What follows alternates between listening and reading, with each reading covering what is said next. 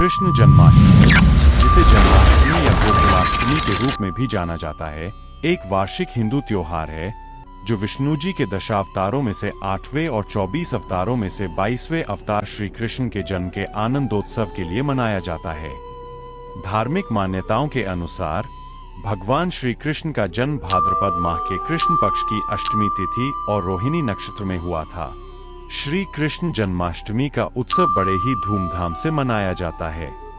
इस दिन श्री कृष्ण के बाल रूप की लड्डू गोपाल की पूजा अर्चना की जाती है और व्रत भी रखा जाता है। इस बार कृष्ण जन्माष्टमी 16 अगस्त शनिवार के दिन मनाई जाएगी। तो आइए कृष्ण जन्माष्टमी के मौके पर इस छोटे से वीडियो के माध्यम से जानते हैं कृष्ण जन्माष्टमी क्यों मनाई जाती है, इसका इतिहास और महत्व। तो वीडियो में बने रहिए। कमेंट में जय श्री कृष्ण लिखकर हमारे चैनल को सब्सक्राइब कर ले। हम आपके लिए रोज ऐसे ही वीडियो लाते रहेंगे। जब जब धरती पर पाप और अधर्म हद से ज्यादा बढ़ा है, भगवान ने धरती पर अवतार लिया है। भगवान विष्णु किसी न किसी उद्देश्य की पूर्ति के लिए धरती पर अवतरित हुए। विष्णु जी का एक अवतार श्री कृष्ण थे। मथुरा की राजकुमारी देवकी और वासुदेव की 8वीं संतान के रूप में जन्मे कान्हा का बचपन गोकुल में माता यशोदा की गोद में बीता। राजा कंस से बचाने के लिए वासुदेव ने कान्हा के जन्म के बाद ही उन्हें अपने चचेरे भाई नंद बाबा और यशोदा को दे दिया था। श्री कृष्ण ने अपने जन्म से लेकर जीवन के हर पड़ाव पर चमत्कार दिखाए। श्री कृष्ण के जीवन से जुड़े कई किस्से हैं जो मानव समाज को सीख देते हैं, अधर्म और पाप के खिलाफ सही मार्गदर्शन करते हैं। उनके जन्म दिवस को उत्सव की तरह हर साल भक्त मनाते हैं। कृष्ण जन्माष्टमी का पर्व इस साल 16 अगस्त को मनाया जा रहा है। श्री कृष्ण जन्म कथा। श्री कृष्ण 8वें मनु वैवस्वत के मनवंतर के 28वें द्वापर में श्री कृष्ण विष्णु के 8वें अवतार थे। जब उनका जन्म हुआ तब भाद्रपद के कृष्ण पक्ष की रात्रि के 7 मुहूर्त निकल गए और 8वां उपस्थित हुआ, तभी आधी रात के समय सबसे शुभ लग्न में उन्होंने जन्म लिया। उस लग्न पर केवल शुभ ग्रहों की दृष्टि थी। तब रोहिणी नक्षत्र तथा अष्टमी तिथि के संयोग से जयंती नामक योग में उनका जन्म हुआ था। ज्योतिषियों के अनुसार रात 12 बजे उस वक्त शून्य काल था। श्री कृष्ण जन्म की कहानी का भी गूढ़ अर्थ है। यह महाभारत प्राचीन काल में घटी घटनाएं मात्र नहीं है, यह हमारे जीवन में प्रतिदिन घटती है। इन कहानियों का सार शाश्वत है। इस कहानी में देवकी शरीर की प्रतीक है और वासुदेव जीवन शक्ति अर्थात प्राण के। जब शरीर प्राण धारण करता है तो आनंद अर्थात श्री कृष्ण का जन्म होता है। लेकिन अहंकार कंस आनंद को नष्ट करने का प्रयास करता है। यहाँ देवकी का भाई कंस यह दर्शाता है कि शरीर के साथ साथ अहंकार का भी अस्तित्व होता है। एक प्रसन्न एवं आनंदचित व्यक्ति कभी किसी के लिए समस्याएं नहीं खड़ी करता है, परंतु भावनात्मक रूप से दुखी व्यक्ति अक्सर दूसरों को दुखी करते हैं या उनकी राह में अवरोध पैदा करते हैं।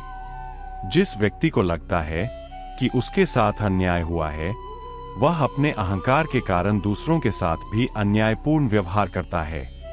कृष्ण जन्माष्टमी का इतिहास। हिंदू धर्म में मान्यता है कि द्वापर युग में भोजवंशी राजा उग्रसेन मथुरा में राज्य करता था।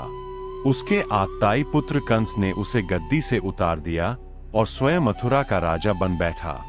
कंस की एक बहन देवकी थी, जिसका विवाह वसुदेव नामक यदुवंशी सरदार से हुआ था। एक समय कंस अपनी बहन देवकी को उसकी ससुराल पहुंचाने जा रहा था।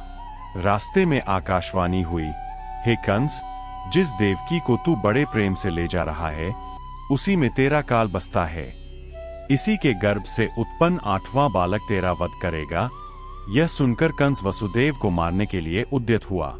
तब देवकी ने उससे विनयपूर्वक कहा, मेरे गर्भ से जो संतान होगी उसे मैं तुम्हारे सामने ला दूंगी। बहनोई को मारने से क्या लाभ है। कंस ने देवकी की बात मान ली और मथुरा वापस चला आया। उसने वसुदेव और देवकी को कारागृह में डाल दिया। वसुदेव देवकी के एक एक करके 7 बच्चे हुए और 7 को जन्म लेते ही कंस ने मार डाला। अब 8वां बच्चा होने वाला था। कारागार में उन पर कड़े पहरे बैठा दिए गए। उसी समय नंद की पत्नी यशोदा को भी बच्चा होने वाला था। उन्होंने वसुदेव देवकी के दुखी जीवन को देख 8वें बच्चे की रक्षा का उपाय रचा। जिस समय वसुदेव देवकी को पुत्र पैदा हुआ, उसी समय संयोग से यशोदा के गर्भ से एक कन्या का जन्म हुआ, जो और कुछ नहीं सिर्फ माया थी। जिस कोठरी में देवकी वसुदेव कैद थे, उसमें अचानक प्रकाश हुआ और उनके सामने शंख, चक्र, गदा, पद्म धारण किए चतुर्भुज भगवान प्रकट हुए। दोनों भगवान के चरणों में गिर पड़े। तब भगवान ने उनसे कहा, अब मैं पुनः नवजात शिशु का रूप धारण कर लेता हूँ। तुम मुझे इसी समय अपने मित्र नंद जी के घर वृंदावन में भेज आओ और उनके यहाँ जो कन्या जन्मी है, उसे लाकर कंस के हवाले कर दो। इस समय वातावरण अनुकूल नहीं है, फिर भी तुम चिंता न करो। जागते हुए पहरेदार सो जाएंगे, कारागृह के फाटक अपने आप खुल जाएंगे और उफनती अथाह यमुना तुमको पार जाने का मार्ग दे देगी। उसी समय वसुदेव नवजात शिशु रूप श्री कृष्ण को कारागृह से निकल पड़े। उस समय भयंकर बारिश हो रही थी और यमुना नदी में तूफान था। कहते हैं कि ऐसी बारिश इससे पहले कभी नहीं हुई थी। भयानक रात्रि के प्रहर में बाढ़ जैसे हालात थे। चलते चलते वे यमुना नदी के पास पहुंच जाते हैं। तट पर उन्हें एक सुपड़ा पड़ा नजर आता है, जिसमें बालक रूप श्री कृष्ण को रखकर पैदल ही नदी पार करने लगते हैं। तेज बारिश और नदी की धार के बीच वे गले गले तक नदी में डूब जाते हैं। तभी शेषनाग बालकृष्ण के सहयोग के लिए प्रकट हो जाते हैं। माता यमुना भी प्रकट होकर बालकृष्ण के चरण छूकर नीचे उतर जाती है और उनके लिए यमुना पार करने का मार्ग बना देती है। अथाह यमुना को पार कर नंद जी के घर पहुंचे। वहां उन्होंने नवजात शिशु को यशोदा के साथ सुला दिया और कन्या को लेकर मथुरा आ गए। कारागृह के फाटक पूर्ववत बंद हो गए। अब कंस को सूचना मिली कि वसुदेव देवकी को बच्चा पैदा हुआ है। कंस कारागार में पहुंचकर वह देवकी से पूछता है, क्या ये लड़की है? देवकी कहती है, हाँ भैया। तब वह कहता है, झूठ। इस बार लड़की कैसे हुई? आकाशवाणी झूठ नहीं हो सकती। उसने 8वें पुत्र की बात कही थी, फिर लड़की कैसे आ गई? अवश्य लड़का हुआ होगा। कहाँ छिपा दिया है तुमने? तब वसुदेव कहते हैं कि जब मेरी आंख खुली तो मैंने इसी बालिका को देखा। मैं सत्यवादी हूं, कभी झूठ नहीं बोलता। यह सुनकर कंस कहता है, हाँ तो ये भी विष्णु की एक चाल है, जिससे मेरी मति भ्रमित हो जाए। चाहे वह कुछ भी कर ले, लेकिन मुझे मेरे लक्ष्य से हटा नहीं सकता। चाहे किसी भी रूप में आ जाए, वह मेरे हाथों नहीं बच सकता। यह कहकर कंस बालिका को देवकी के हाथ से छुड़ाता है। वह कन्या को एकांत में ले जाकर एक भूमि पर पटककर मारने ही वाला रहता है कि कन्या उसके हाथ से छुटकर आकाश में उड़ जाती और आकाश में योग माया प्रकट होकर अट्टहास करने लगती है। यह देखकर कंस भयभीत हो जाता है। फिर योग माया कहती है, रे मूर्ख, मुझे मारने से तुझे कुछ नहीं होगा। तुझे मारने वाला तो कोई और है और वो इस धरती पर जन्म भी ले चुका है। वही तेरा सहार करेगा। हे मंद बुद्धि दुष्ट, तू व्यर्थ बिचारी देवकी को कष्ट न दे और निर्दोष, दीन एवं असहायों की हत्या करना छोड़ दे। यह कहकर योग माया अदृश्य हो जाती है। कंस घबराकर वहां से चला जाता है और फिर वह कृष्ण की तलाश करने के लिए सभी गांव के बच्चों का वध करने का आदेश दे देता है। भगवान श्री कृष्ण की लीला। भगवान कृष्ण का नाम सुनते ही हर कोई उनके दिव्य रूप और अद्भुत लीला को याद करता है। भगवान कृष्ण का जन्म द्वापर युग में हुआ था और वे भगवान विष्णु के अवतार थे। भगवान श्री कृष्ण के पास कई अद्भुत शक्तियां थीं, जैसे सुदर्शन चक्र, कौस्तुभ मणि और उनके साथ रहने वाला पांचजन्य बांसुरी। कैसे मनाते हैं कृष्ण जन्माष्टमी? जन्माष्टमी पर भक्त श्रद्धानुसार उपवास रखते हैं। भगवान श्री कृष्ण की विशेष पूजा अर्चना की जाती है। बाल गोपाल की जन्म मध्य रात्रि में हुआ था, इसलिए जन्माष्टमी की तिथि की मध्य रात्रि को घर में मौजूद लड्डू गोपाल की प्रतिमा का जन्म कराया जाता है। फिर उन्हें स्नान कराकर सुंदर वस्त्र धारण कराए जाते हैं। फूल अर्पित कर धूप दीप से वंदन किया जाता है। कान्हा को भोग अर्पित किया जाता है। उन्हें दूध, दही, मक्खन विशेष पसंद है, इसलिए भगवान को भोग लगाकर सबको प्रसाद वितरित किया जाता है। क्यों और कैसे मनाते हैं दही हांडी? कुछ जगहों पर जन्माष्टमी के दिन दही हांडी का आयोजन होता है। विशेषकर इसका महत्व गुजरात और महाराष्ट्र में है।